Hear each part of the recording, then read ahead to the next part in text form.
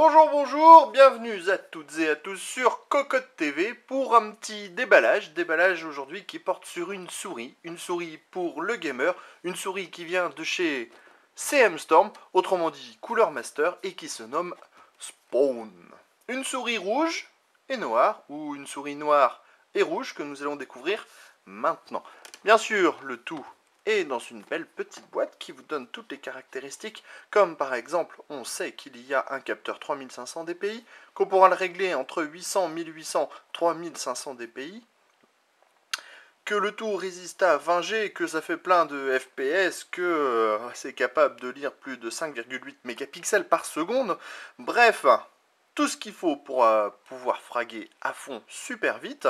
On a aussi le Sentinel X avec 32 kilobits de mémoire pour pouvoir enregistrer vos profils, 7 boutons programmables, une roulette japonaise, mais le plus simple c'est quand même de vous montrer tout ça, puisque comme on a la souris, c'est quand même plus pratique. La voilà, bel emballage, coque en plexi. On va sortir la souris, histoire de découvrir. Alors, contrairement à Glork, je ne sors pas les souris avant. J'aime galérer devant tout le monde. Alors, on a notre souris qui est dans son blister avec un petit manuel, le petit manuel de la Spawn. Un CD ou pas de CD?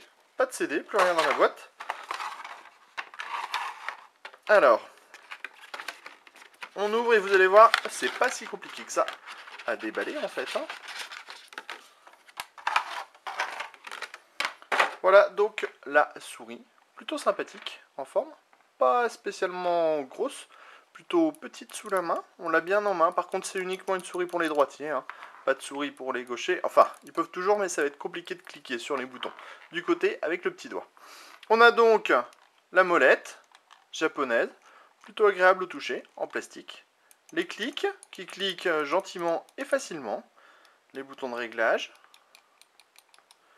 les boutons latéraux et le petit repose-doigt ici. Rien pour le petit doigt, mais pas trop gênant. On a un câble de 2 mètres de long, câble qui n'a pas le droit à un petit gainage, et on a un connecteur plaqué or en dessous. Ici, on a le capteur, 3500 dpi, et enfin ici les larges patins qui ne semblent pas spécialement être en téflon. Au niveau de la glisse sur notre parquet Cocoteland, eh ben c'est pas terrible, mais c'est plutôt en raison du parquet. Alors, bien sûr, forcément, Mantidor ne teste pas les souris, mais Glork ne devrait pas tarder à recevoir la souris, et donc il vous proposera un test très prochainement de ce nouveau modèle qu'on trouvera dans le commerce à 39,90 €. A bientôt sur Cocotte TV.